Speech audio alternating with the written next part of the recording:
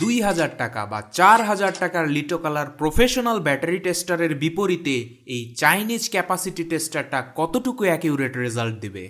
PVC casing এবং সার্কিটটি ব্যবহার করে সুন্দর একটি ব্যাটারি টেস্টার আমি বানিয়ে নিলাম, যেটার ফুল ভিডিও এই ভিডিওর নিচে লিঙ্কড অবস্থায় পেয়ে যাবেন। এই একটা 18650 ব্যাটারিকেই আমি 3টা টেস্টার দিয়ে টেস্ট করব।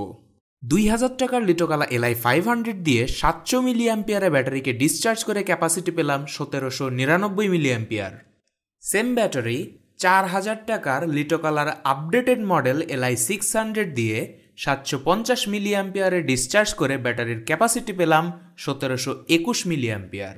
আর ZB12 250 টাকার চাইনিজ সার্কিট দিয়ে 850 মিলি অ্যাম্পিয়ারে ব্যাটারিকে ডিসচার্জ করে ক্যাপাসিটি পেলাম 1777 মিলি অ্যাম্পিয়ার। তো ডিফারেন্স কিন্তু খুব বেশি না, এবং মোটামুটি অবাক করার বিষয় হলো দামি দামি প্রফেশনাল ব্যাটারি ক্যাপাসিটি টেস্টারের সাথে ভালোই কোপ আপ করছে কিন্তু মাত্র 250 টাকার এই মডিউলটি।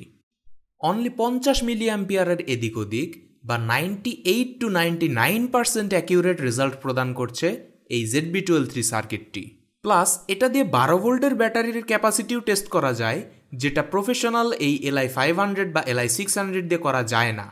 So this module is recommended.